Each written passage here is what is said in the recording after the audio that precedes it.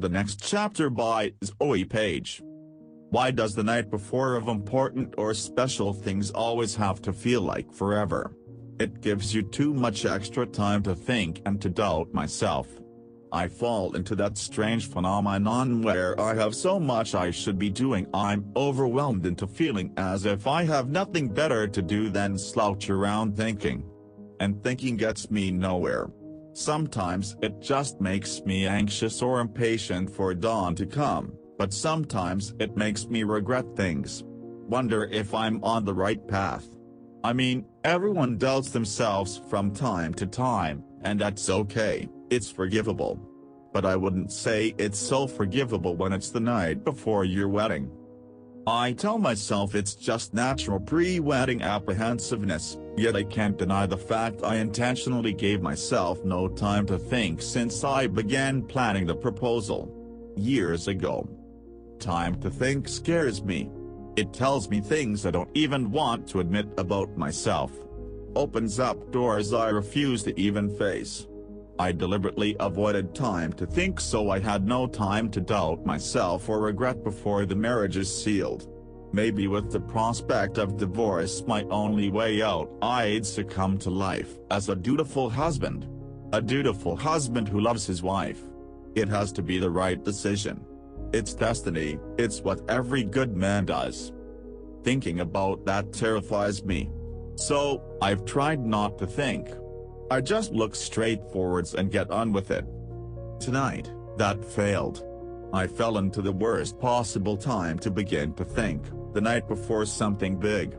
I have sat here for hours, my thoughts slugging about in a tired loop, and yet I could swear it's been days. I feel like my wedding should be over. Maybe I missed it. I kind of hope I missed it. But of course, it's only time playing its devilish tricks on me.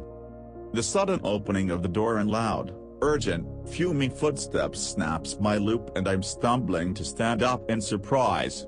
A man stands far away from me blocking the door, but I feel like his eyes are pressed right up against mine, glaring back into my retina. Him. I'm breathing successfully yet I don't think any oxygen is reaching my head. You didn't tell me you were getting married. I wince at the intensity in his voice, and how it's deepened. Not much, not a shocking amount, no, but enough to scare me. Scare me that we've grown up. Long time no see. I attempt, rubbing the back of my neck awkwardly. Haven't spoken in a while, hey? And whose fault is that, Theodore? Bile rises in my throat. I don't know what you're talking about. You can't pretend like nothing happened. He walks slowly closer, still eyeing me as if paranoid I'd retreat into a little hole like a mouse. He's blocking the door, I have no escape. Not any longer, at least. It's been, what?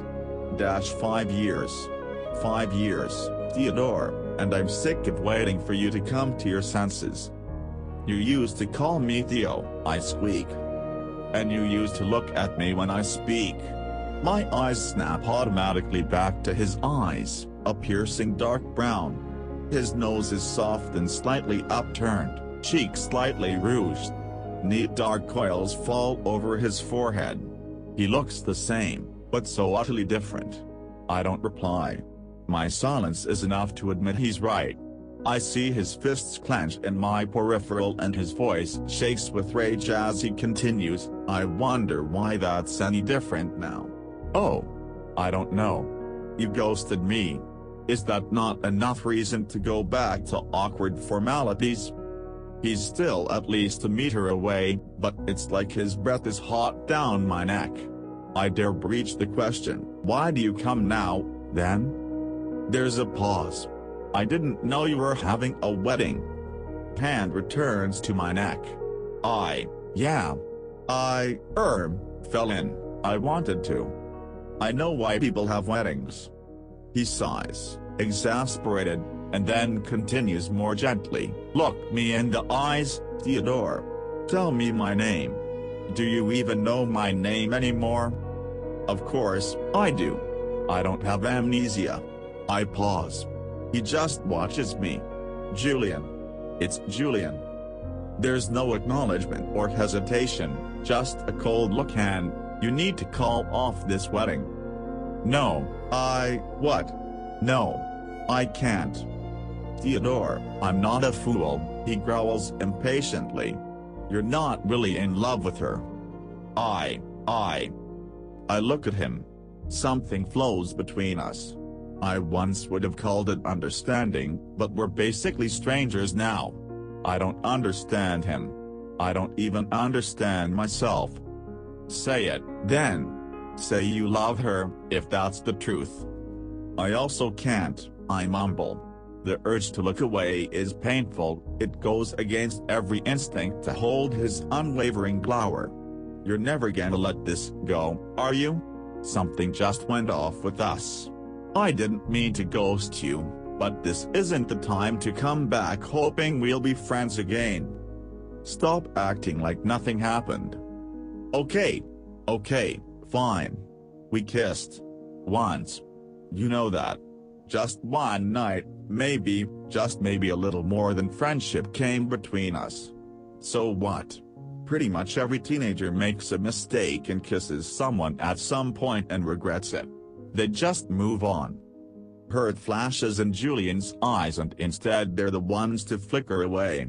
You don't regret it. He spits, and you certainly haven't moved on. Guilt clouds my vision as he turns and marches from the room. I don't call after him. I don't even intend to speak to him again. What happened between us happened long ago. Right now, I need to focus on what's happening right now, and that it's the night before my wedding. All thinking goes to slaughter.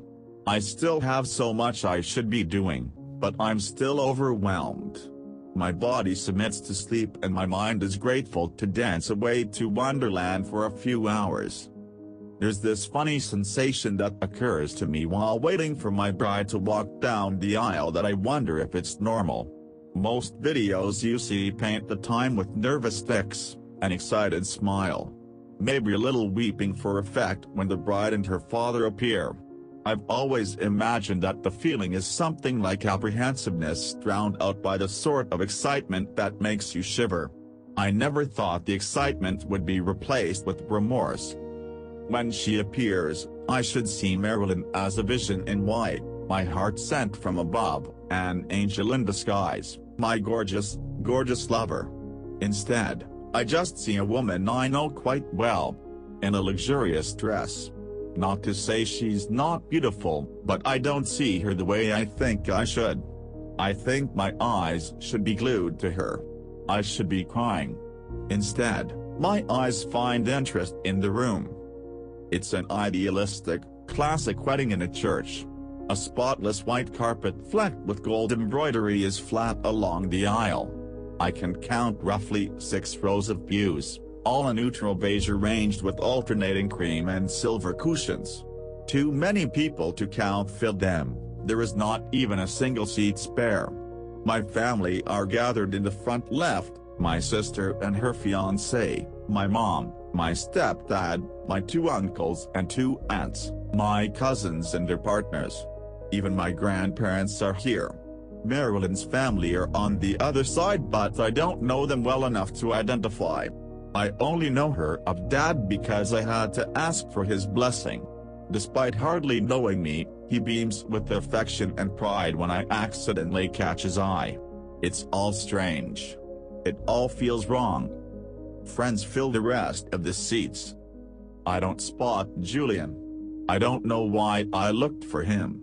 He's not a friend and I didn't invite him so he couldn't be here. He probably heard about the wedding through a friend of a friend, or something hazy, nonetheless wouldn't dare come along for the real thing uninvited. When Marilyn reaches me, I can see deep love and care shimmering on the surface of her eyes. I force a warm smile and take her hands. Everything blurs into one guilty mess as the vicar reads his speech. I'm shaking, I hope it looks like from excitement. I try to tell myself how much I love Marilyn. All the reasons I'm bursting for her to be my wife. All the reasons I ever dated her in the first place. To be a good son. To marry young, provide grandchildren with a beautiful, classy lady. Not because I really wanted it for myself. Not because I love her. I can't help my thoughts. I hate them. They always come back to Julian. The silence is loud enough to free me from my thoughts. I follow everyone's eye line to him, a sharp figure at the opposite end of the aisle. He's focused on me, but he's not glaring today. It was just one night. Every teenager makes a mistake and kisses someone and regrets it. Julian was not my mistake. And I was wrong. A lot more than friendship came between us. And yes, of course he was right. I hadn't moved on. I didn't regret it, I regretted this. My foolishness to think forcing myself upon a woman would ever cure what I thought was some sort of disease. Something I was ashamed about. I was so ashamed over one kiss. One kiss that still meant the world to me, even if this world is corrupted and falling apart. How could I ever believe Marilyn and I was destiny? I could have never been happy. I forget Marilyn. I forget everyone in this room, all the perfectly ideal and obedient couples. I think of him and my legs take me there. Before I even have a chance to talk and to explain myself, he pulls me in and kisses me. This is what love should feel like. There's a nervousness, sure, but I feel electrified with life that pulls my spine straight and makes me want it forever. It makes me giddy like a child before Christmas. I push away all the shame that built up the last time. Love should be for myself, not for everyone else. That rule is no different if love is for two of the same sex. It's still love. How did Julian know all along, 5 years later, when I didn't even know myself? Maybe I was just really obvious, or maybe he just knows me better than I know myself. It feels like I've just broken from deep underwater when I surface from the kiss. A few of my family are shouting, however I can't make out which ones because my ears are blocked with water. I can see Marilyn.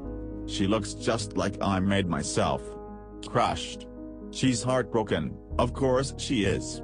Her very near husband just left her. Behind her sorrowful expression I notice a flicker of understanding. Perhaps it's just me, but maybe that ghost of a smile, no matter how weak, was for Julian and I. Us. Us feels pretty good to finally say. Because this is the right path.